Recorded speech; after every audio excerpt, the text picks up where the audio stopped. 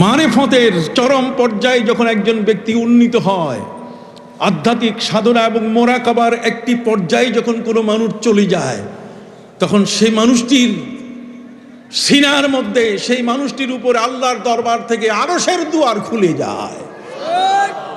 তখন ওই ব্যক্তি আর স্বাভাবিক ব্যক্তি থাকে না, শরীয়তকে বর্জন করে নয়।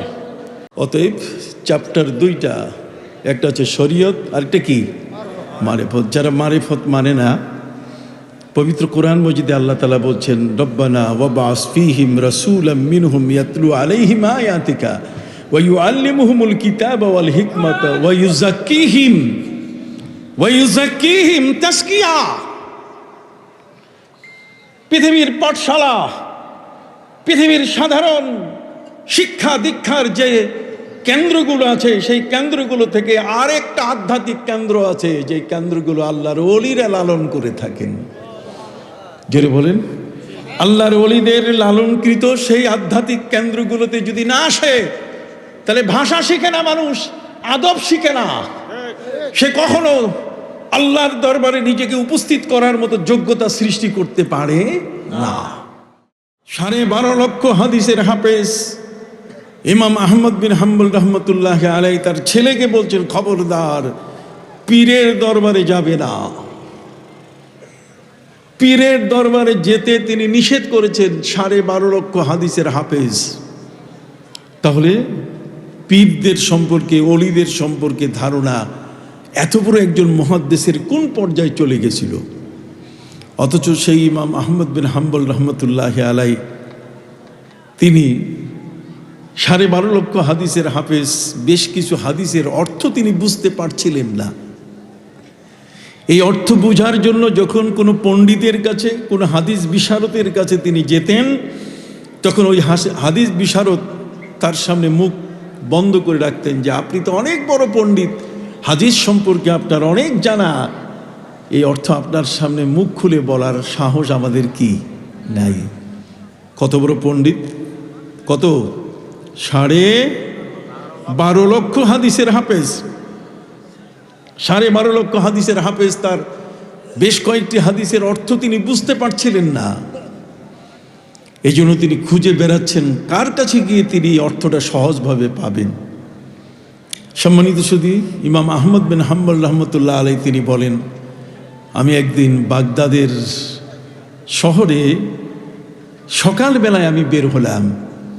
এই সকালবেলায় বের হতে গিয়ে দেখলাম যে একজন বুজুর্গের সাথে আমার দেখা হলো, যার দাড়ি, যার পোশাক, যার দৃষ্টি চাহনি সবগুলো আমাকে প্রভাবিত করে ফেলেছে। তার মানে আমাকে মনে হচ্ছে যে আমি তার কাছে কিছুই জানি না।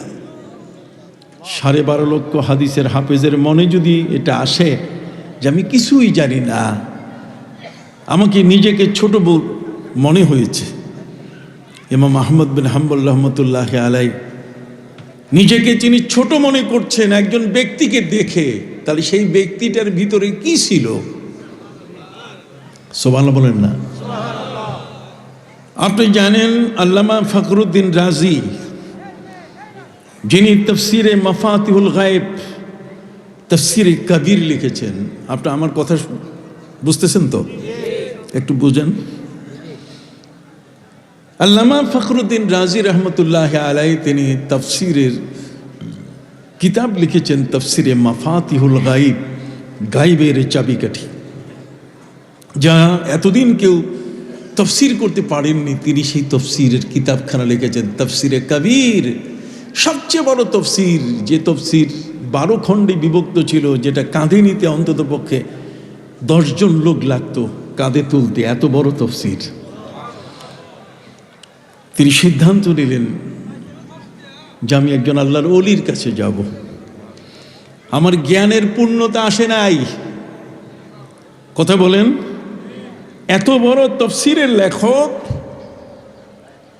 তিনি তার নিজের জ্ঞানের যে বিষয়টা, তিনি বলেন যে আমার জ্ঞান এখনো পরিপূর্ণ হয় নাই, যে কারণে তিনি অত্যন্ত শ্রদ্ধার সাথে স্মরণ করছেন একজন বরফওয়ালাকে, একজন আইসক্রিম বিক্রেতাকে। আইসক্রিম বিক্রেতা তাকে কিছু জ্ঞান দিয়েছে। কিরকম? উনি গোটা কোরআনের তফসির লিখতে লিখতে ছোট্ট একটা সূরার তফসির তিনি লিখতে পারছিলেন না। সেই সূরাটা হলো সূরা আল আসর। কোন সূরা? সবাই বলেন কোন সূরা? বিসমিল্লাহির রহমানির রহিম। ওয়াল আসর ইন্নাল ইনসানা লাফি খুসর ইল্লাল্লাযীনা আমানু ওয়া আমিলুস সালিহাতি ওয়া তাওয়াসাউ বিল হক ওয়া তাওয়াসাউ বিস সাবর। ছোট্ট একটা সূরা, এটার অর্থ ওনার বুঝে আসতেছে না। অথচ আমরা যারা আছি সবাই কিন্তু বললেই বলবো যে এটা সময়ের কসম। পৃথিবীর সমস্ত মানুষ বিপদে আছে, তবে ইমানদার ব্যক্তিরা নয়, নেক আমলকারীরা নয়, যারা পরস্পরের মধ্যে হক আদায় করে এবং ধৈর্যের মাধ্যমে তাদের ধর্মকে প্রচার করে। সুবহানাল্লাহ বলে। আমরা অর্থ বুঝি, কিন্তু যিনি এত বড় তফসির লিখলেন তিনি এই সূরাটার তফসির বুঝে আসতেছে না। সম্মানিত সুধী, তিনি এই তফসির কার কাছে পাবেন? কোনো আলেমও খুঁজে পাচ্ছিলেন না। ভর দুপুর বেলায় একজন আইসক্রিম বিক্রেতা জোরে জোরে চিৎকার দিয়ে বলছে যে আপনাদের মধ্যে কেউ যদি থাকেন তাহলে আমার মূলধনটা একটু বাঁচাবার ব্যবস্থা করে দেন, আমার মূলধনটা নষ্ট হয়ে যাচ্ছে। আল্লামা ফখরুদ্দিন রাজি রহমতুল্লাহ আলী বললেন, মূলধন মানে? এর আগে ছোট্ট একটা কথা বলি। আপনি ঢাকা এয়ারপোর্টে যাচ্ছেন, আপনার প্লেনের সময় আর মাত্র 3 ঘন্টা বাকি, কিন্তু গাউসিয়াতে এমনভাবে জ্যাম হয়ে গেল, নরসিংদীতে নতুন রাস্তা তৈরি করার কারণে গাড়িগুলো এমনভাবে জ্যামে থেমে আছে। আস্তে আস্তে সময় কমতে কমতে যখন মিনিট এর কাটাগুলো যখন আস্তে আস্তে কমে আসছে, তখন মনের মধ্যে অস্থিরতা সৃষ্টি হবে কিনা? তখন মনটা চায় কি? যে উড়ে যাই। কি বলেন, ঠিক কিনা? সময়, ওয়াল আসর, সময়ের কসম। পৃথিবীতে বসবাস করে দুধ খেলাম, দুধের স্বর খেলাম, ঘি খেলাম, ছানা খেলাম, কোনোটাই বাদ যায় নাই। ভালো ভালো মাছ, ভালো ভালো গোশত খাবার, বিরিয়ানি সব খেলাম, কিন্তু আমার অজান্তে আমার মাথার উপরে, আমার দাড়িতে নোটিশ এসে গেল, আমার কাকের মতো কালো চুলগুলো কার্পাস তুলার মতো সাদা হয়ে যাচ্ছে। কথা বলেন। সময় আমাকে বলে দিচ্ছে তুমি আর বেশি দিন নাই। কথা কন না? আমার দাঁত খসে যাচ্ছে, দাঁত আমাকে নোটিশ করছে তুমি আর বেশি দিন নাই। আমার চোখের দৃষ্টিশক্তি কমে যাচ্ছে, আমাকে চোখ নোটিশ করছে যে আমি বেশি দিন কি নাই। এই সব নোটিশ, এটা সময়ের নোটিশ যে তোমাকে অনেক সময় দেওয়া হয়েছে। ওয়ামিনকুম মাইয়ুতাওয়াফা ওয়ামিনকুম মাইয়ুরাদ্দু ইলা আরদালিল উমরি লিকাইলা ইয়ালামা মিন বাদি ইলমিন শাইয়া। তোমার চেয়ে অল্প বয়সের লাশ তুমি কাঁধে কবরস্থানে নিয়েছো, তোমার চোখের সামনে ছোট্ট শিশুর লাশ কবরস্থানে দাফন হয়েছে, তুমি দেখেছো। সেই তুলনায় তুমি আজকে পৃথিবীতে আছো, তোমার সময় কিন্তু বেশি দিন নাই। সুবহানাল্লাহ বলেন। সময়ের কসম। এই সময়ের কসমটা কি জিনিস? আল্লামা ফখরুদ্দিন রাজি রহমতুল্লাহ আলাইহি তিনি কোনো মতেই সেটা বুঝতে পারছিলেন না। এক পর্যায়ে তিনি দেখলেন ভর দুপুর বেলায় রাস্তার মাঝখানে একজন আইসক্রিম বিক্রেতা। আগের যুগে আইসক্রিম বিক্রেতারা আমাদের বাড়িতে বাড়িতে আইসক্রিম বিক্রি করত। কতটা হলুদ বর্ণের হতো, সবুজ বর্ণের খাইয়া আমরা জিহ্বা বের করে দেখতাম যে হলুদ হয়েছে কিনা, সবুজ হয়েছে কিনা, ঠিক কিনা? আইসক্রিম বিক্রেতা তার বাক্সের উপরি অংশ ধপ ধপ করে মারছে আর বলছে আমার মূলধনটা বাঁচাই দেন, আমার সব গেল। ইমাম ফখরুদ্দিন রাজি রহমতুল্লাহ আলাই তার কাছে গিয়ে বললেন, তোমার মূলধন বাঁচাবো, কি বলতে চাও তুমি বুঝতেছি না। তখন সে বলে, হুজুর আমার হাতে সময় নাই, সূর্যের প্রচণ্ড তাপ, আলো, এই তাপের কারণে আমার বাক্সের মধ্যে যে আইসক্রিমগুলো আছে এই সবগুলো এক এক করে গলে যাচ্ছে। এই আইসক্রিমগুলো যদি আমি তাড়াতাড়ি বিক্রি করতে না পারি তা আমার মূলধন শেষ। কতক্ষণ না, আমার আম সালা সব কি শেষ, এগুলো পানি হয়ে গেলে আর আমি বিক্রি করতে পারবো না। কাজে যত তাড়াতাড়ি বিক্রি করতে পারি তত আমার জন্য মূলধন বাঁচার ব্যবস্থা হবে। ইমাম ফখরুদ্দিন রাজি রহমতুল্লাহ আলী বললেন, আরে এ তো সময়ের কথা বলতেছে, সময়ের গুরুত্ব এত বেশি তার কাছে যে এখন যত তাড়াতাড়ি সে বিক্রি করতে পারবে ততই সে কি তার মূলধনকে রক্ষা করতে পারবে। সম্মানিত, শুধু এই ধরনের মহাজ্ঞানী ব্যক্তিরা জ্ঞানের ক্ষেত্রে কখনো কখনো তারা পঙ্গুত্ব বরণ করেছেন, কিন্তু আমাদের দেশের এই বড় বড় জ্ঞানীরা বিশাল বড় বড় ইউনিভার্সিটি পড়ে আসে, তারপরে কিন্তু তাদের ভাষা ঠিক করতে পারে না। নবীকে সিক্স প্যাক বলে, কথা বল না। আম্মাদান খাদিজাতুল কুবরা রাদিয়াল্লাহু তাআলা আনহাকে বুড়ি, তালাক খাইছে, কথা বল না, ইনটেক না।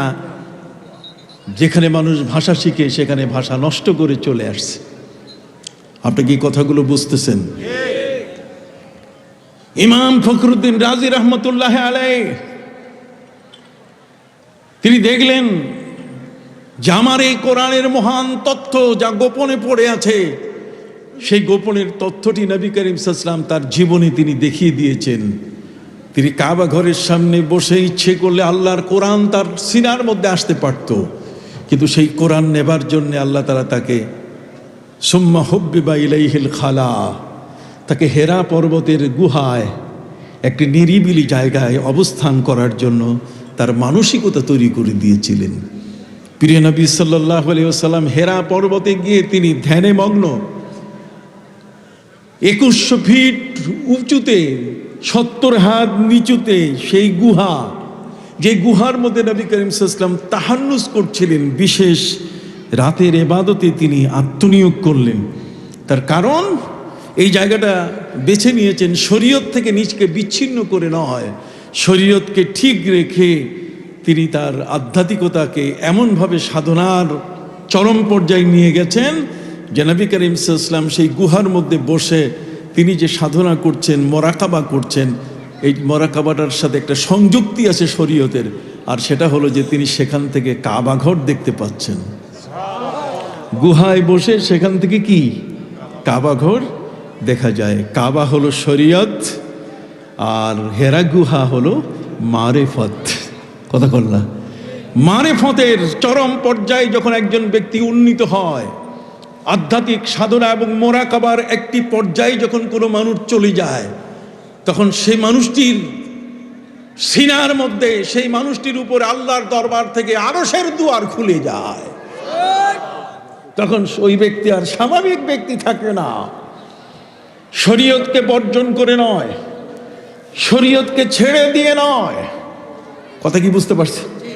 শরীয়তকে ধরে রেখে টুপি, দাড়ি, পোশাক, রুকু, সেজদা সবগুলোকে ধরে রেখে তারপর আল্লাহর প্রেমে আত্মনিয়োগ করে নিজেকে উৎসর্গ করা। শরীয়তের পাশে মারেফতকে যুক্ত করে যদি ওমান জামা বাইনাহুমা ফাকাত তাহাক্কাকা, এই শরীয়ত আর মারেফত যখন একসাথে করবে তখনই সে মুহাক্কিক হয়ে যাবে, তখনই সে মুহাক্কাক হয়ে যাবে, মুহাক্কিকও হয়ে যাবে, মুহাক্কাকও হয়ে যাবে। আল্লাহর পক্ষ থেকে সে একজন উপযুক্ত বান্দায় পরিণত হয়ে যাবে। অতএব চ্যাপ্টার 2টা, একটা হচ্ছে শরীয়ত আর একটা কি মারেফত। যারা মারেফত মানে না, পবিত্র কোরআন মজিদে আল্লাহ তাআলা বলছেন, রব্বানা ওয়াবআস ফীহিম রাসূলাম মিনহুম ইয়াতলু আলাইহিম আয়াতিকা ওয়া ইউআল্লিমুহুমুল কিতাবা ওয়াল হিকমাতা ওয়া ইউযাক্কিহিম তাসকিয়া। পৃথিবীর পাঠশালা, পৃথিবীর সাধারণ শিক্ষা দীক্ষার যে কেন্দ্রগুলো আছে, সেই কেন্দ্রগুলো থেকে আরেকটা আধ্যাত্মিক কেন্দ্র আছে, যে কেন্দ্রগুলো আল্লাহর ওলিরা লালন করে থাকেন। জোরে বলেন।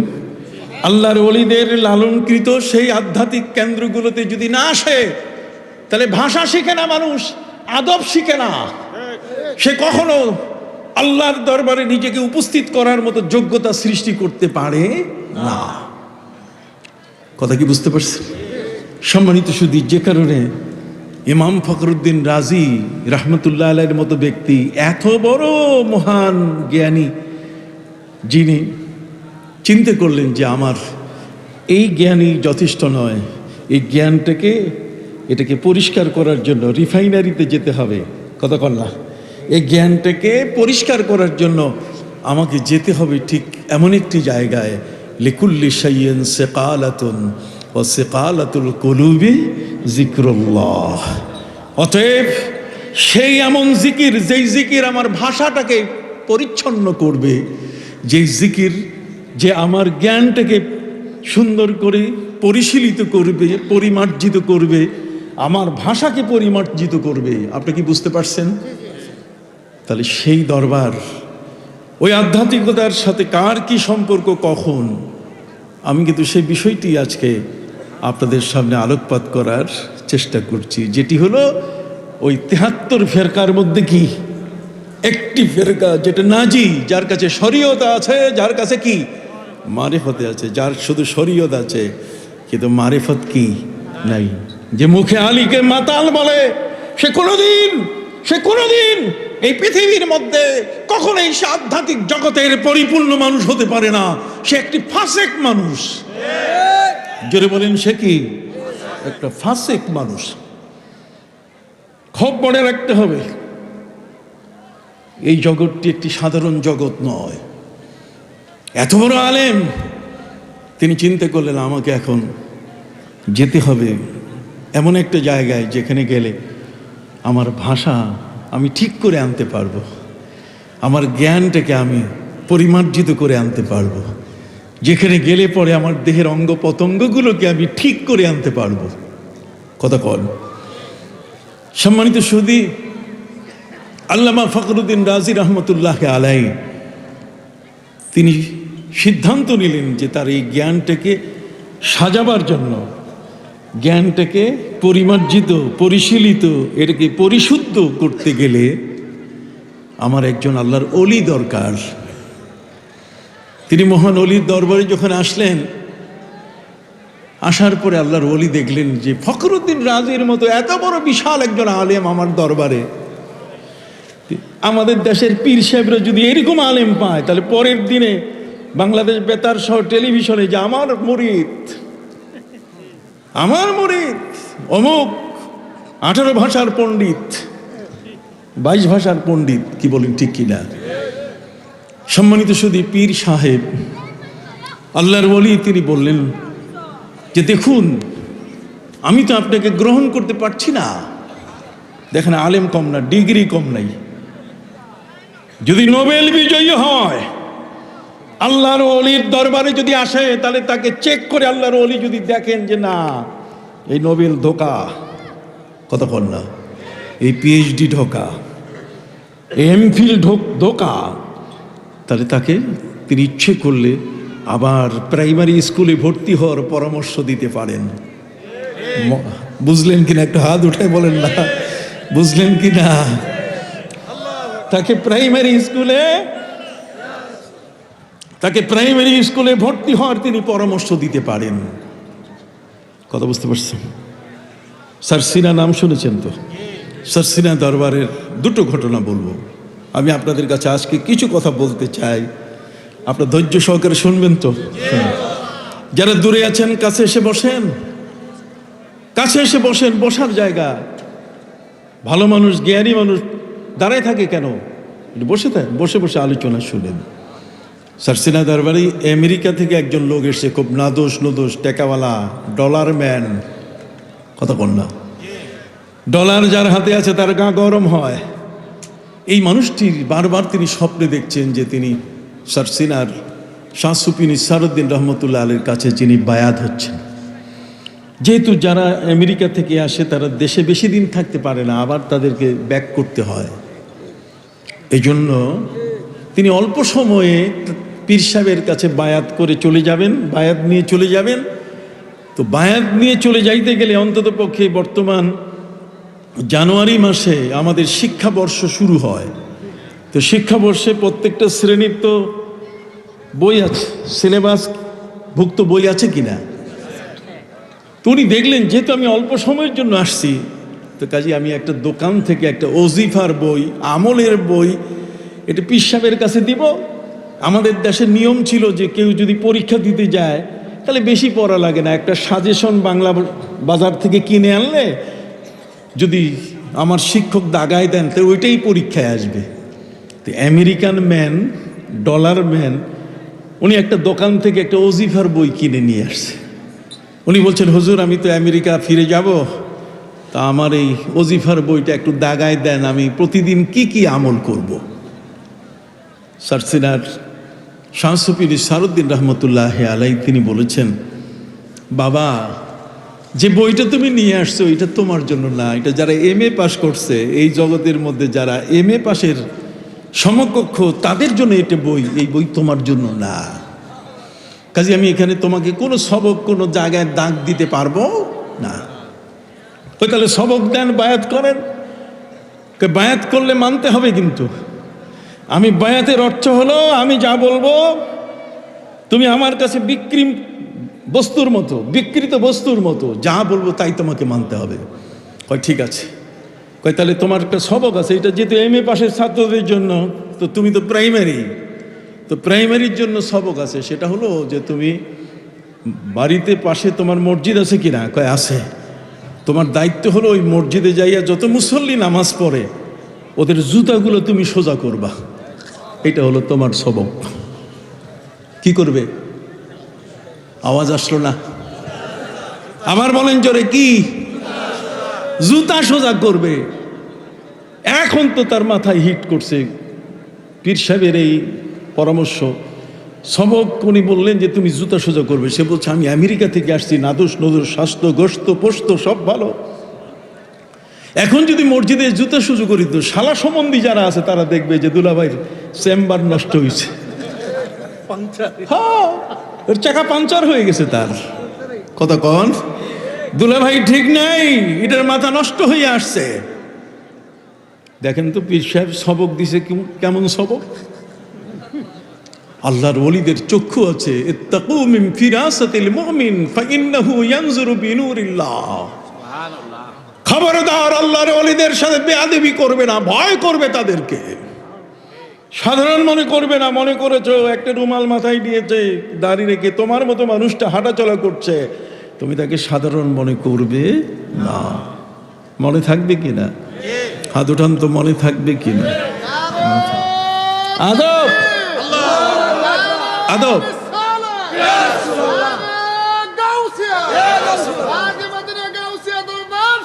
জিন্দাবাদ জিন্দাবাদ। সম্মানিত সুধী, আদবের জায়গায় আদব শেখানো হয়, সব জায়গায় আদব শেখা যায় না, সব জায়গায় আদব শেখার জায়গা নয়। কথা বুঝতে পারছেন? যে কারণে ইমাম আবু হানিফা রহমতুল্লাহ আলাইহি তিনি তার নিজের ব্যাপারে বলছেন যে আমি 4000 ওস্তাদের কাছে লেখাপড়া করছি। কত হাজার? 4000 ওস্তাদের কাছে লেখাপড়া করছি, যিনি 80 হিজরিতে জন্ম নিয়েছেন। এই 4000 হাদিসের 4000 ওস্তাদের কাছে, শিক্ষকের কাছে পড়ুয়া এই মহান ব্যক্তিটি, তিনি হলেন অনুসরণীয় আবুল হাসান আশারি, আবুল মনসুর মাতুরিদি এবং আশারি, ইমাম আবু জাফর তাহাবি, আকিদাতুত তাহাবিয়া। এটা আপনারা সহজে বুঝবেন, আমি ভাঙ্গাই দিব তাহলে আপনি বুঝবেন।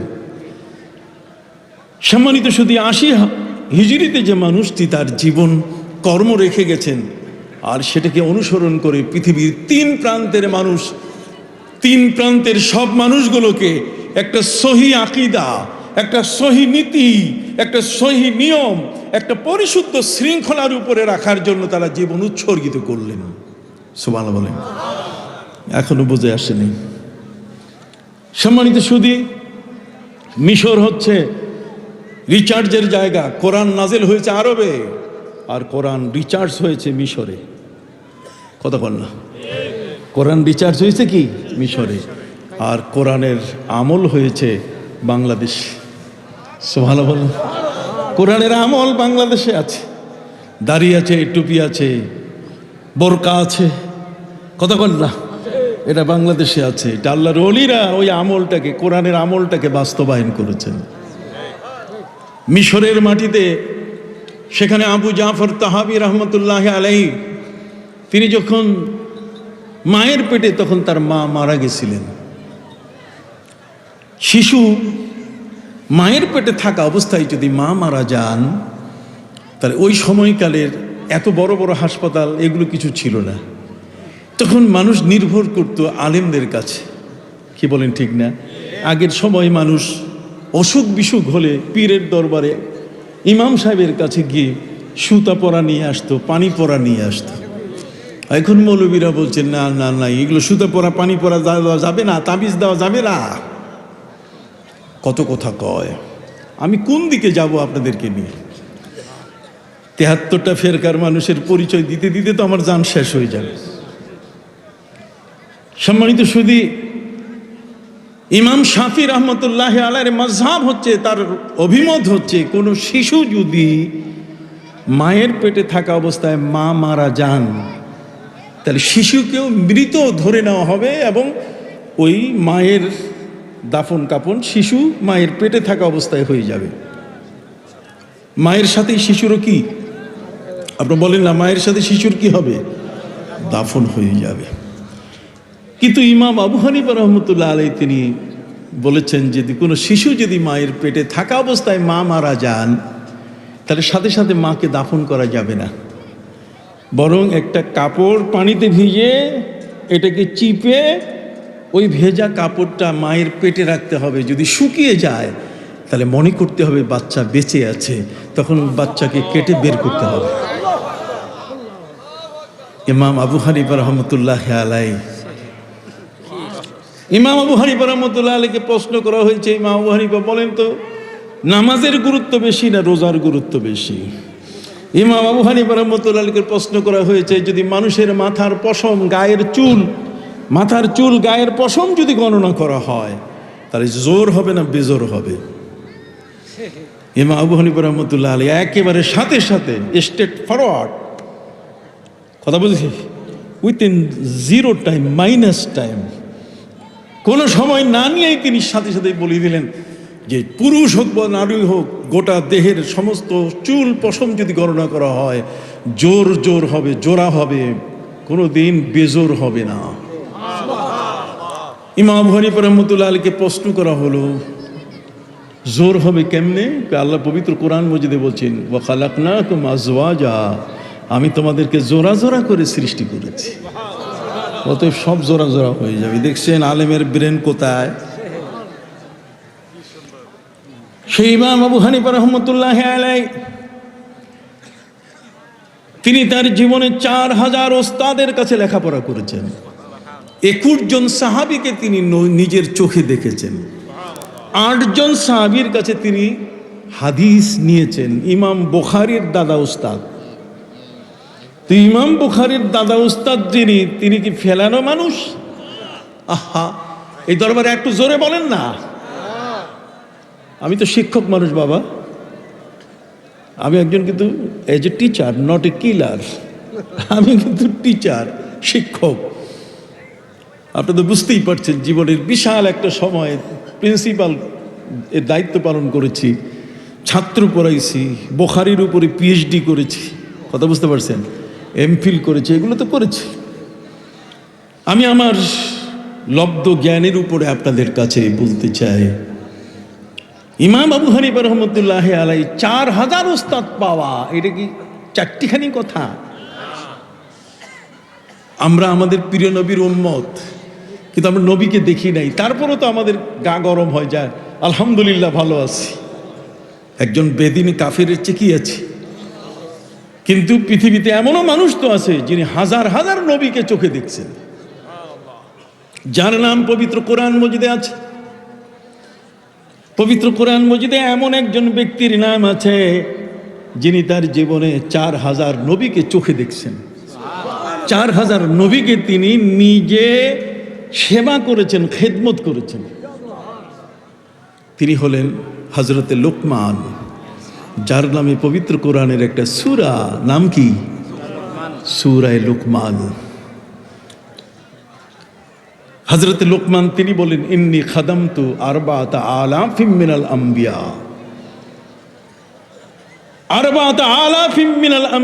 4000 নবীর আমি খেদমত করেছি। ওয়া হাসসালতু মিনহুম তামানিয়াতা আশিয়া, আর আমি তাদের কাছ থেকে 8টা জিনিস শিখেছি। সমস্ত নবীর কাছ থেকে জিনিস শিখছি কয়টা? আহা, একটু জোরে বলেন, কয়টা? একটু বলবো? মারিফত খুঁজে পান না, আসেন দেখি।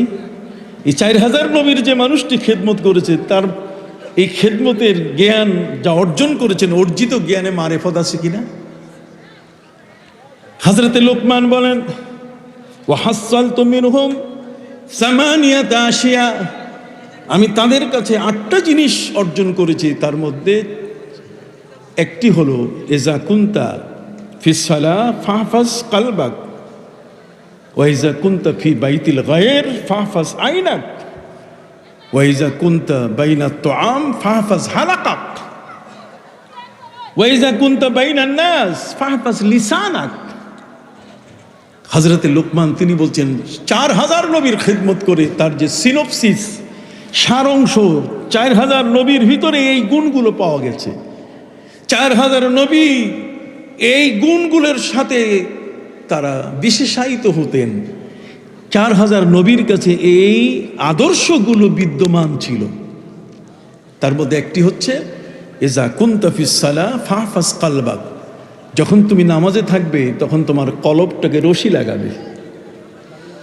নামাজে পড়লে যায় নামাজ থেকে যেন তোমার কলবটা দোকানের হিসাবের খাতায় না যায়। লা সালাতা ইল্লা বিহুজুরিল কলব, যে মানুষটা নামাজ পড়লো, নামাজ পড়ার মধ্যে যদি তার অন্তরটা উপস্থিত না হয়, তাহলে এই নামাজের কোনো মূল্য নাই। দেখেন তো, তাসাউফ আধ্যাত্মিকতা চলে আসছে। ইজা কুনতা ফিস সালাহ, যখন তুমি নামাজে থাকবে, ফাহফাজ কালবাক, তোমার কলবটাকে রশি লাগাবে। এটা যেন নামাজের জায়নামাজের বাইরে, জায়নামাজের এরিয়া, এই 2.5 ফুট আর 7 ফুটের বাইরে যেন সে না যায়। সুবহানাল্লাহ বলেন।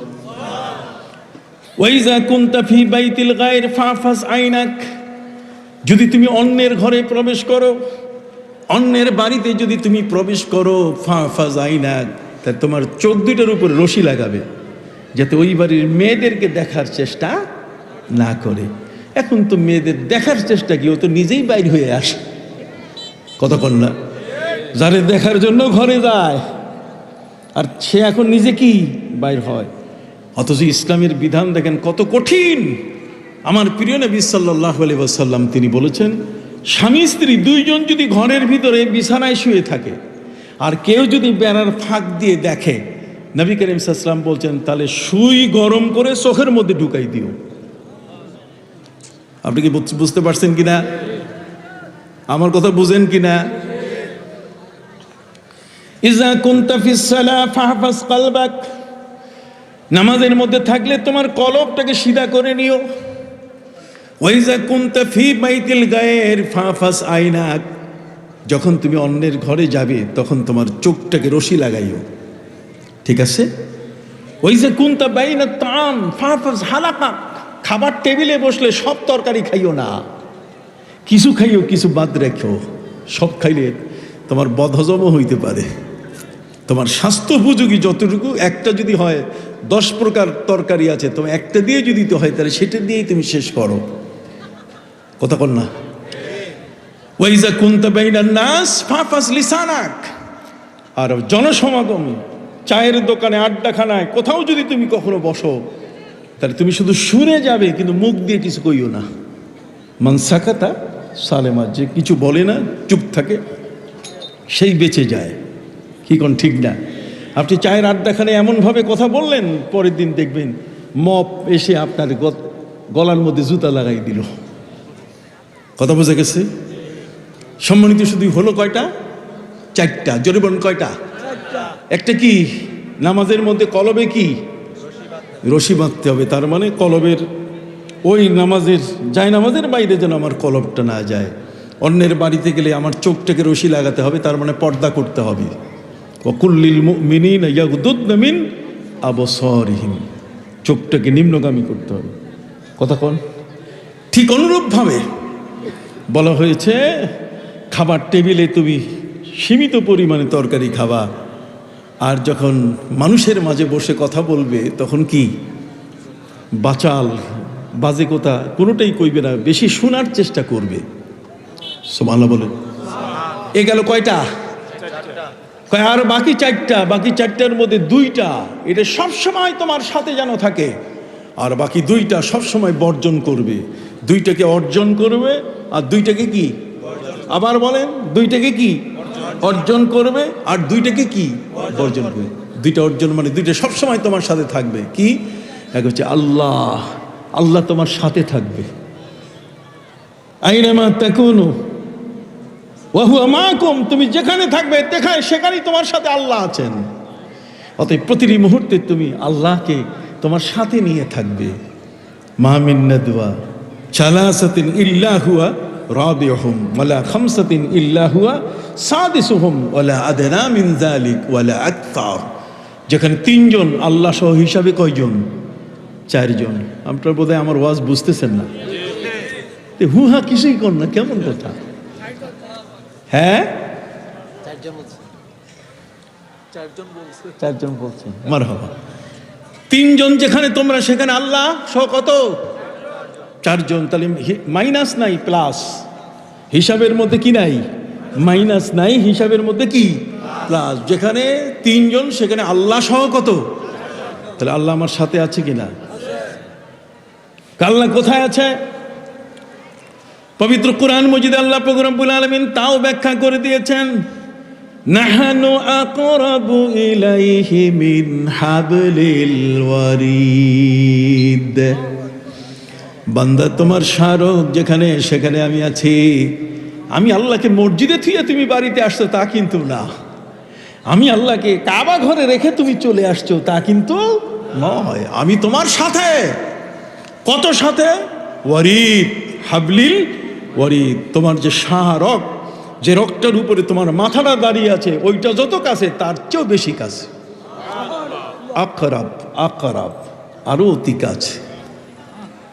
শুধু তাই নয়, বড় আল্লাহ পাক রব্বুল আলামিন বলছেন, শোনো, তোমার মধ্যে তোমার আপনজন, তোমার বাবা যদি দুনিয়া থেকে বিদায় নেন, কোনো এমন ব্যক্তি যিনি মারা যাচ্ছেন, যার ছেলে ব্রিগেডিয়ার, যার একটা ছেলে ডাক্তার, যার একটা ছেলে ইঞ্জিনিয়ার, কতক্ষণ না, যার মেয়েরা বিভিন্ন পলিটিক্যাল সায়েন্সে পড়ুয়া, অত্যন্ত পারদর্শী এক একজন লিডার। আল্লাহ বলছেন এরা চতুর্দিকে তোমার পাশে, তুমি অসুস্থ, তুমি মরার খাটে, ঠিক ওই মুহূর্তে তোমার জানটা যখন আমি এই কণ্ঠে নিয়ে আসি, ফালাউলা ইযা বালাগাতিল হুলকুম ওয়া আনতুম হিনাইযিন তানজুরুন ওয়া নাহানু আকরাবু ইলাইহি মিনকুম ওয়ালাকিন লা তুবসিরুন। সুবহানাল্লাহ বলেন। ব্রিগেডিয়ার ছেলেটার কাছে পিস্তল আছে, আর ডাক্তার ছেলেটার কাছে বাঁচাবার ঔষধ আছে, কতক্ষণ না। আর পলিটিক্যাল সায়েন্স যেগুলো পড়ছে ওগুলোর মধ্যে বুদ্ধি আছে যে কেমনে এরে বাঁচান যায়, আছে না? সকালে অপরাধ করছে, বিকালে জেল থেকে বাইর হয়ে গেছে, কত বোঝেন নাই? বুদ্ধি আছে, মহাবুদ্ধির ঢেকি। সম্মানিত, আমরা বললে হয় গুনাহ, অপরাধ হয়। বিনয়ের সাথে ভাইদের খেদমতে বলতে চাই, আল্লাহ বলছেন ফালাউলা ইযা বালাগাতিল হুলকুম। জীবনটা গুটিয়ে যখন তোমার হুলকুম কণ্ঠনালীতে নিয়ে আসি, তখন ব্রিগেডিয়ার ছেলেটার হাতে পিস্তল, কিন্তু সে কোনো কাজ করতে পারে? তোমাকে রক্ষা করার ক্ষমতা তার পিস্তলে কি নাই? তোমাকে বাঁচাবার জন্য তার ডাক্তার ছেলেটার হাতে আর সেই ঔষধ কি নাই? তোমার মেয়েরা যারা, তোমার সঙ্গী যারা যারা খুব বুদ্ধিমান, ওরাও এখানে কি ফেলিওর। আল্লাহ বলছেন ফালাউলা ইদা বালাগাতিল হুলকুম ওয়া আনতুম হিনাইদিন তানজুরুন ওয়া নাহনু আকরাবু ইলাইহি মিনকুম, তোমরা যত কাছে তার চেয়ে আমি আরো কি কাছে। ওয়ালাকিন লা তুবসিরুন, কিন্তু তোমরা আমি আল্লাহকে দেখতে পাচ্ছ না। ফালাউলা ইন কুনতুম গায়রা মাদিনিন তারজিউনাহা ইন কুনতুম সাদিকিন। আমি তো রুহটাকে বের করার জন্য কণ্ঠনালীতে নিয়ে আসছি, তুমি যদি পারো বাপের বেটা, আমি যেখান থেকে তাকে গুটাইয়া কণ্ঠনালীতে নিয়ে আসছি, আবার পারলে ফিরাও দেখি। কতক্ষণ না তারজিউনাহা ইন কুনতুম সাদিকিন, জীবনে কোনোদিন তুমি পারবে না। আল্লাহ কি আমাদের থেকে দূরে না কাছে? দূরে না কাছে? প্রতিটি মুহূর্তে আল্লাহ আমাদের কি আছেন? সাথে আছেন। এই জন্য হযরতে লোকমান তিনি বললেন, দুটো জিনিস কখনো ভুলবে না, দুটো জিনিস সব সময় তোমার সাথে থাকবে। এক হচ্ছে কি? আল্লাহ। আবার বলেন, এক হচ্ছে কি? আল্লাহ। এই সবকটা পাওয়া যায় কোথায়? ওলিয়া উলিয়াদের দরবারে। এই মহান দরবারে আসলে আপনাকে শেখাবে আল্লাহ আল্লাহ আল্লাহ আল্লাহ। পড়েন না আল্লাহ আল্লাহ। মৌলভী বলতেছে বেদাত এই জিকির কোথায় পাইলেন? আল্লাযীনা ইয়াযকুরুন আল্লাহ, আল্লাহর জিকির করতে বলছে, অতএব আল্লাহর জিকির করতে হবে, আল্লাহ নামে জিকির করতে হবে। এটা পাইলেন কই? মৌলভী ভার্সিটির মাল, কথা বোঝেন না? সেখানে এমন অবস্থা, সে বলছে আল্লাহর জিকির করতে বলছে। তাহলে আল্লাহর জিকির তাহলে আলাদা জিনিস, আল্লাহ নামে কোনো জিকির নাই। কিন্তু এই বেকুব জানে না যে লা ইলাহা ইল্লাল্লাহ এই জিকিরটা হযরত আবু বকর সিদ্দিক রাদিয়াল্লাহু তাআলা আনহু জারি করেছেন, আর আল্লাহ আল্লাহ জিকির চালু করেছেন হযরত আলী রাদিয়াল্লাহু তাআলা আনহু। আপনি হাদিসের কিতাব খুলে দেখেন, লেখা নেই, পড়া নেই, কিচ্ছু নেই। আল্লাহর ওলিরা জিকির করে, ব্যঙ্গ করে। যেটা পাইলো কই? আরে পাইলো কই? আবু বকর সিদ্দিক পর্যন্ত যাইতে পারছো বেটা? তুমি শেখ আলবানি পর্যন্ত যাইয়া শেষ। তোমার দৌরত্ব তো নাসিরউদ্দিন আলবানি পর্যন্ত কি শেষ? তোমার দৌরত্ব শেখ ইবনে তাইমিয়া পর্যন্ত শেষ। তুমি তো এরপরে যাও নাই। কথা বুঝতে পারছেন? খুব মনোযোগ সহকারে শুনবার জন্য অনুরোধ করছি। সম্মানিত শুধু হারিয়ে যাচ্ছি আমরা আস্তে আস্তে।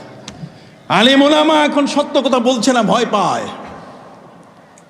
কিন্তু I am damn care, no, খবরদার। কি হবে? সত্য বলতেই হবে, কাউকে না কাউকে সত্য বলতেই হবে। ওয়া আন্না হাযা সিরাতি মুস্তাকিমান ফাত্তাবিউ, সত্য কথার, সত্য পথের দিশা কাউকে না কাউকে কি দিতে হবে। চুপ থাকা যাবে না। নারায়ে তাকবীর, নারায়ে রিসালাত, সরাইল বাগে মদিনা, গাউসিয়া দরবার শরীফ। সম্মানিত সুধী, আল্লাহকে ভোলা যাবে না। যদি আল্লাহ তোমার সাথে থাকে তাহলে তোমার কোনো চিন্তা, সবখানে তিনি তোমার সাথে কি আছেন। অতএব গাড়িতে, বাড়িতে, মাঠে ঘাটে, সবখানে কে আছেন? আল্লাহ আছেন। যে আল্লাহ থাকার কারণে আল্লামা ইকবাল একটা কবিতা বলছেন, বলবো? আল্লামা ইকবাল বলেছেন, আমার আল্লাহ আমার সাথে আছেন, তার মহাশক্তি কত বড়। দশত দশত হ্যায় দরিয়া ভি ন ছোড়ে हमने, दश्त दश्त है दरिया भी न छोड़े हमने, बाहर जुल्मत पे दौड़ा दिए घोड़े अपने। আল্লামা ইকবাল বলছেন যে আল্লাহকে যদি তুমি সাথে নিতে পারো, মহাশক্তি যদি তোমার সঙ্গী হয়, তাহলে সমুদ্রের পাগলা ঢেউ তরঙ্গমালার উপরে তোমার ঘোড়াগুলো পা রেখে রেখে চোখের পলকে কালো পানির ঢেউয়ে পা রেখে নিমিষে পার হয়ে যাবে। বিকজ তোমার সাথে থাকতে হবে কাকে? আল্লাহকে। আল্লাহ যদি তোমার সাথে থাকেন তাহলে আর তোমার কোনো কি নাই, ভয় নাই। কথা বুঝে গেছি? ওয়ালা তাহিনু ওয়ালা তাহজানু ওয়া আনতুমুল আলাউনা ওয়া আনতুমুল আলাউনা ইন কুনতুম মুমিনিন, আই মুমিনিনা বিল্লাহ। আল্লাহর সাথে যদি তোমার ঈমান থাকে তাহলে তোমার কি নাই? কোনো ভয় নাই। এই জন্য আল্লামা ইকবাল বলেছেন, तौहीद की अमानत सीनों में है हमारे, तौहीद की अमानत सीनों में है हमारे, आसान नहीं है मिटाना नामो निशा हमारा, बातिल से दबने वाले अयासिमा नहीं हम, सदबार कर चुका तू इम्तिहा हमारा। আল্লাহর একত্ববাদ কথা কন না, তিনি যে একক, এই শক্তি আমাদের সিনার মধ্যে আছে। আল্লাহ আমার সিনার মধ্যে মন্না গুঞ্জম দর জমিনো আসেমা লেকে গুঞ্জম দর কুলুবে মোমেনা। আমাকে সময় শেষ করছে। সম্মানিত সুধী, আমি ছেড়ে এসেছি কিছু কথা। হযরতে লোকমান 4000 নবীর খেদমত করেছেন, আর তিনি বলছেন সিমিলার 4000 নবীর ভিতরে এই 8টা জিনিস সবার কাছে ছিল। তার মধ্যে এক হচ্ছে একটি মুহূর্তের জন্য কোনো নবী আল্লাহকে ভুলেন নাই। আমরা কি ভুলবো? আবার বলেন, আমরা কি ভুলবো? কেন? আলা বিযিকরিল্লাহি তাতমাইন্নুল কুলুব, আল্লাযীনা আমানু ওয়া তাতমাইন্নু কুলুবুহুম বিযিকরিল্লাহ। যারা ঈমানদার তার সঙ্গী হবে আল্লাহ, আল্লাহ নামের জিকির। কার নামের? আল্লাহ নামের জিকির। অতএব দুটো জিনিস ভুলা যাবে না। হযরতে লোকমান বলেন 8টি জিনিস, তার মধ্যে 5ম নম্বর হচ্ছে আল্লাহ যেন কখনো তুমি ভুলে না যাও, আল্লাহকে ভুলবে না। আর একটা হলো কবরটাকে কখনো ভুলবে না, মৃত্যুটাকে কখনো ভুলবে না। তোমার মৃত্যুর যদি মুআয়ানা থাকে, মৃত্যু যদি তোমার চোখের সামনে, কবরটা যদি তোমার চোখের সামনে থাকে, তাহলে আর কোটি কোটি টাকা তোমার পকেটে নেওয়ার সুযোগ হবে না। ওয়াইদা হামালতা ইলাল কুবুরি জিনাজাতান ফাআলাম বিআন্নাকা বাদাহা মাহমুলু। যদি দেখো কারো লাশ কাঁধে করে কবরস্থানে নেওয়া হচ্ছে, তুমি নির্ঘাত মনে করবে একদিন আরেকজনের কাঁধে করে তোমাকে কবরস্থানে নেওয়া হবে। ছাড় নাই।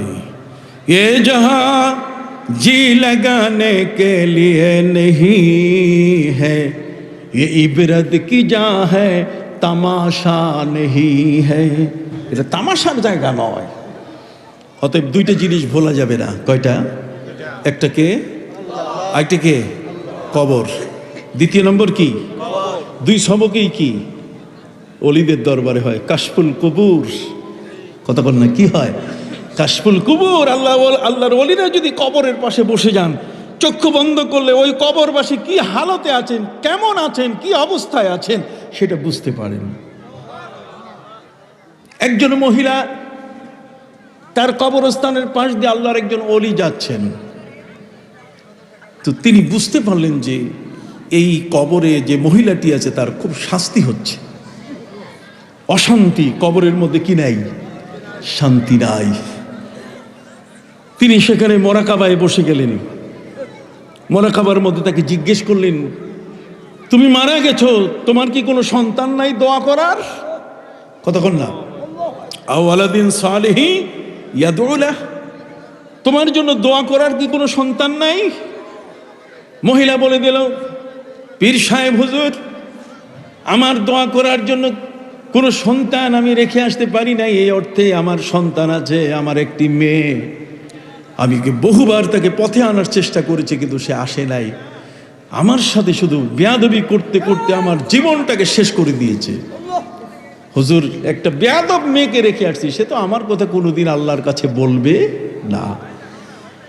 পীর সাহেব বললেন, আচ্ছা ঠিক আছে, তোমার মেয়ের কাছে আমি যাচ্ছি, ঠিকানা দাও।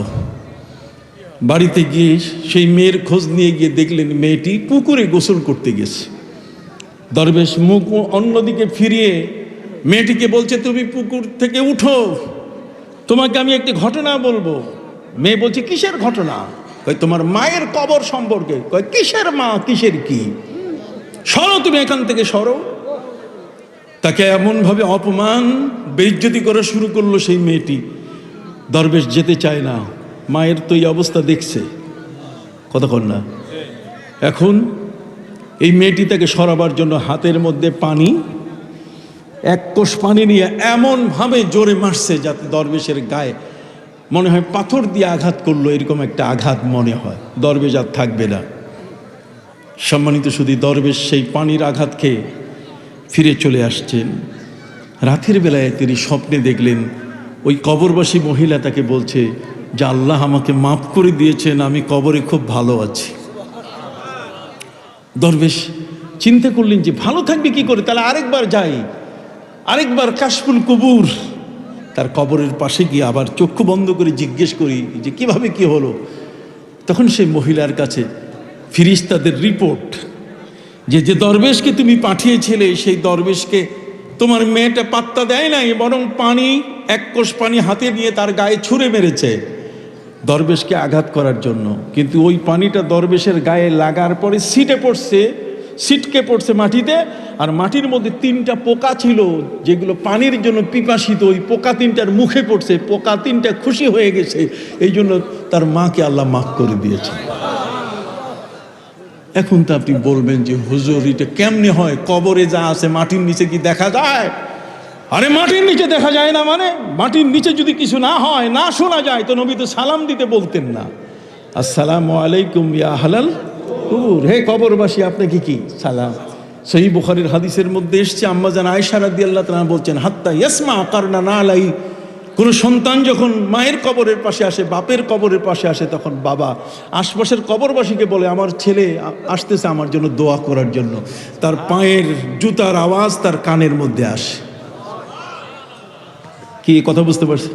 মাররা রাসূলুল্লাহ সাল্লাল্লাহু আলাইহি ওয়াসাল্লাম আলা কবরাইন ফাকালা ওয়া মা ইউআযাবানি ফি কাবীরিন আম্মা আহাদুহুমা ইয়ামশি বিন নামিমা ওয়া আম্মাল আখিরু লা ইস্তাতিরু মিনাল বাউল। নবী করিম সাল্লাল্লাহু আলাইহি ওয়াসাল্লাম এক প্রান্তর দিয়ে যাচ্ছিলেন, একটি উষ্টির উপরে বসা, উটের উপরে আকস্মিকভাবে উষ্টি বসে গেল।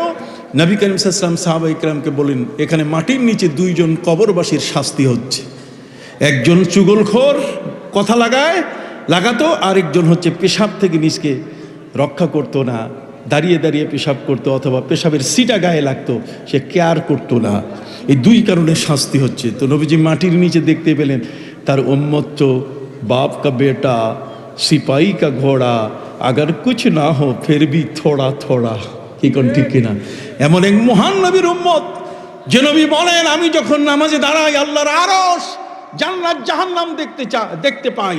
আর সেই নবীর উম্মত, সেই নবীর সাহাবী হযরত উমর ফারুক রাদিয়াল্লাহু তাআলা আনহু মদিনা মুনাওয়ারার সেই মিম্বরে দাঁড়িয়ে 900 কিলোমিটার দূরে সেনাপ্রধানকে বলছে ইয়া সারিয়া আল জাবাল, অথবা তার নাম ছিল সারিয়া রে, পাহাড়ের পথ ধরো তাহলে বেঁচে যাবে।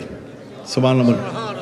কোনো মেঠোফোন ছিল না, কোনো 3G 4G মোবাইল ছিল না, কোনো রকমভাবে যোগাযোগ ব্যবস্থা নেট ছিল না, অথচ ওমরে ফারুকের কথা গোলাম হয়ে সেই বাতাস মুহূর্তের মধ্যে তার কানে পৌঁছিয়ে দিল।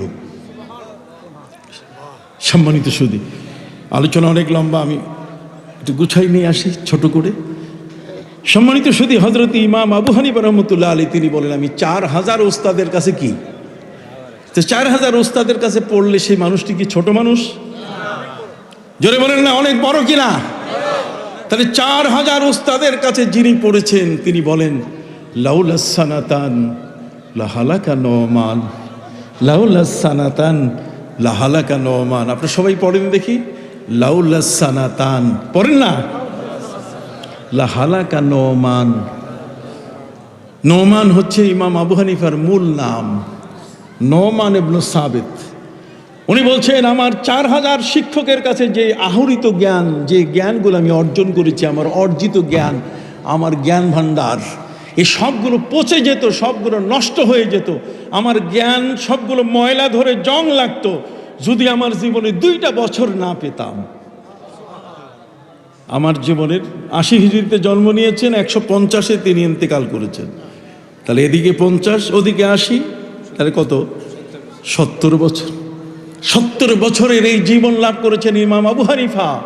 ইমাম আবু হানিফা রহমতুল্লাহ আলাইহি বলছেন যে আমার জীবনে যত জ্ঞান ভান্ডার আমি অর্জন করেছি 4000 ওস্তাদের কাছ থেকে, সেই জ্ঞানগুলো নষ্ট হয়ে যেত যদি আমি জীবনে 2টা বছর না পেতাম। লাউলা সানাতান, যদি 2টা বছর না আসতো, লা হালাকা নোমান, তাহলে আবু হানিফা ধ্বংস হয়ে যেত, তার জ্ঞান বলতে কিছুই থাকতো না। ইমাম আবু হানিফা রহমতুল্লাহ আলাইহিকে বলা হয়েছে 2 বছর পেয়েছেন, তার মানে কি? 2 বছরটা কি জিনিস বলেন? উনি বলছেন আমি 2 বছর 2 জন আল্লাহর ওলির পাশে ছিলাম। কয়জন?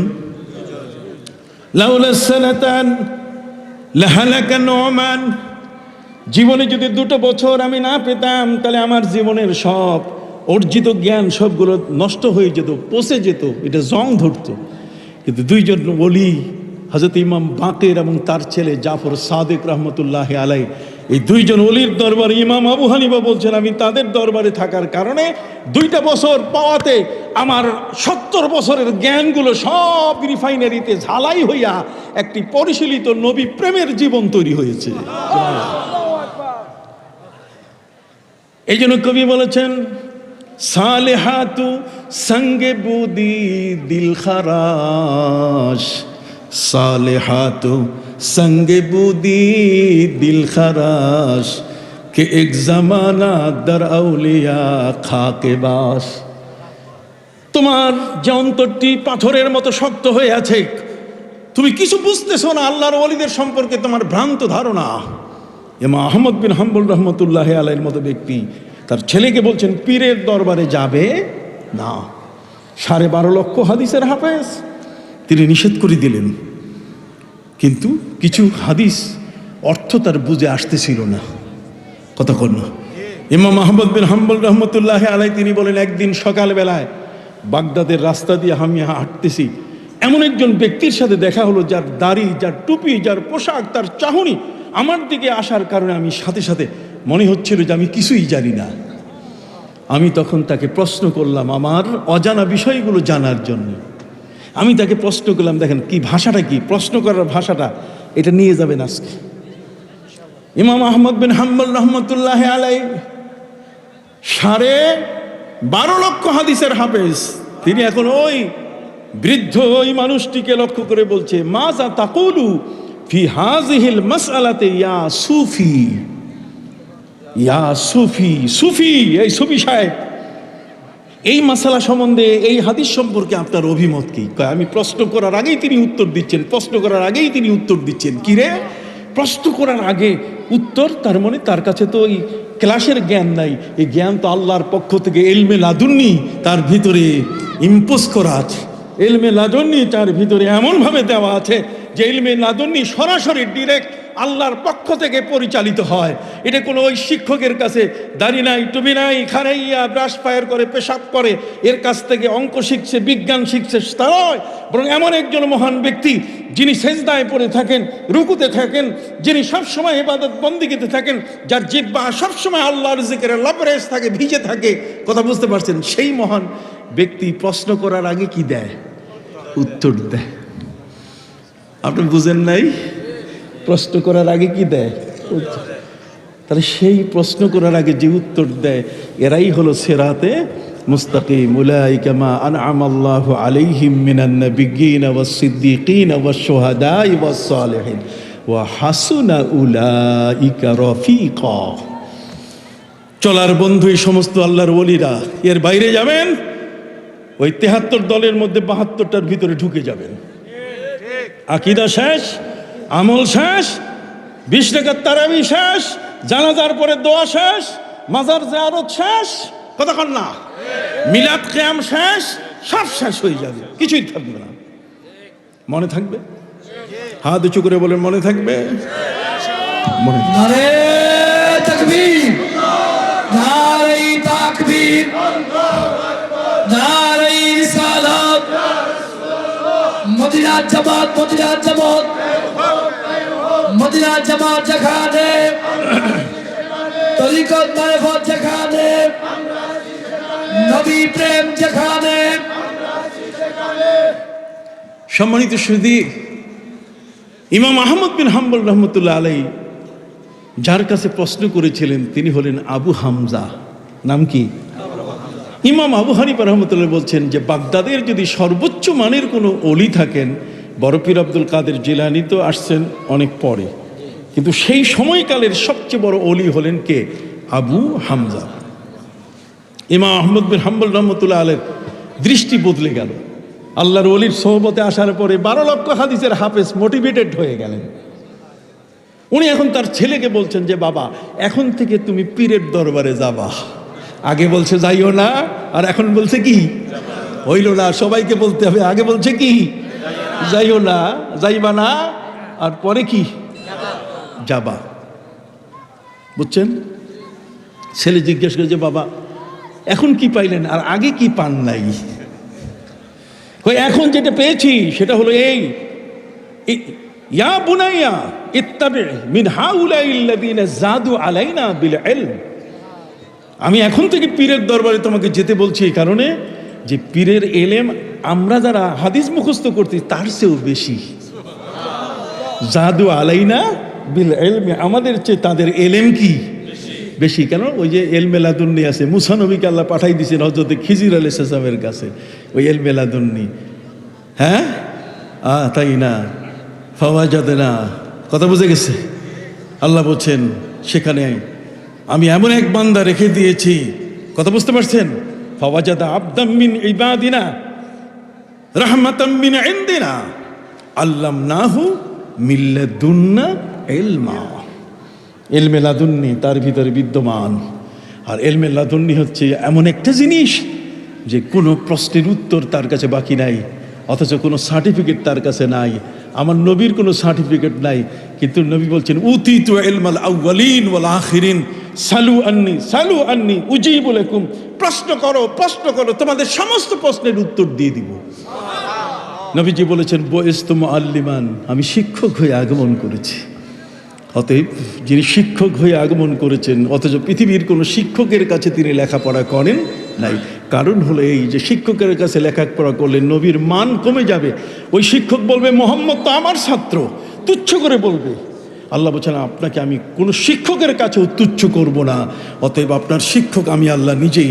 নবীজি বলছেন আল্লামানি রব্বি ফা আহসানা তালিমি ওয়া আদ্দাবানি রব্বি ফা আহসানা তাদিবি। উত্তম শিক্ষা আল্লাহ আমাকে দান করেছেন, আর উত্তম আদবও তিনি আমাকে শিখাই দিয়েছেন। বাবা কথা বুঝতে পারছেন? অতএব ইমাম আহমদ বিন হাম্বল বলছেন যে আল্লাহর ওলিদের এলেম সাধারণ আলেমদের চিকি। আবার বলেন ওলিদের এলেম সাধারণ আলেমদের কি? তারপর কি? ওহম উলুল হিম্মা। উলুল হিম্মা মানে কি? ওই রাজা গোবিন্দরাজকে ভয় করে না, বীর বিক্রমকে ভয় করে না, ওই পরশুরামকে ভয় করে না। আল্লাহর দিন প্রচার করতে গিয়ে হু হু করে ঢুকে পড়ে, কেউ মাছের পিঠে আর কেউ কি কুমিরের পিঠে। কুমির তার কথা শোনে, মাছ তার কথা শোনে। কি वफा तूने मोहम्मद से तो हम तेरे हैं, ये जहां चीज क्या लोहो कलम सब तेरे हैं। তুমি পৃথিবীকে কি মনে করেছো? তুমি নবীর প্রেমিক হও, দেখবে গোটা জগৎ তোমার প্রেমিক হয়ে যাবে। তুমি নবীর প্রেমিক হও, গোটা জগৎ কি তোমার প্রেমিক হয়ে যাবে। আল্লাহু আকবার।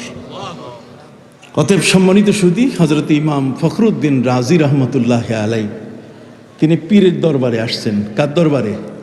পীর বলছে বাবা তোমার এলেম অনেক বেশি, কাজে জঙ্গলে যাইয়া কিছুদিন থাকো, বের হয়ে আসো। বৈরাগ্যতা ইসলামে সমর্থন করে না। লা রুহবানিয়াতা ফিল ইসলাম, জঙ্গলের জীবনকে ইসলাম কখনো সমর্থন করে না। কিন্তু তুমি কিছুদিন থাকো যাতে এলেমটা একটু কমে যায়। কারোর সাথে কথা না বললে, ওয়াজ না করলে, ওয়াজ করলে এলেম বাড়ে। তো কাজেই তুমি চুপ থাকো, কারোর সাথে কথা বলবা না। উনি চুপ থাকে, আলেম মানুষ, পকেটে কলম, গাছের পাতা পড়ে আর তফসিল লেখে। লিখতে লিখতে তফসিরে কাবির হয়ে গেছে।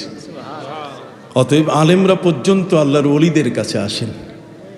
ومن يشاقق الرسول من بعد ما تبين له الهدى ويتبع غير سبيل المؤمنين نؤله ما تولى ونصليه جهنم وساءت مصيرا।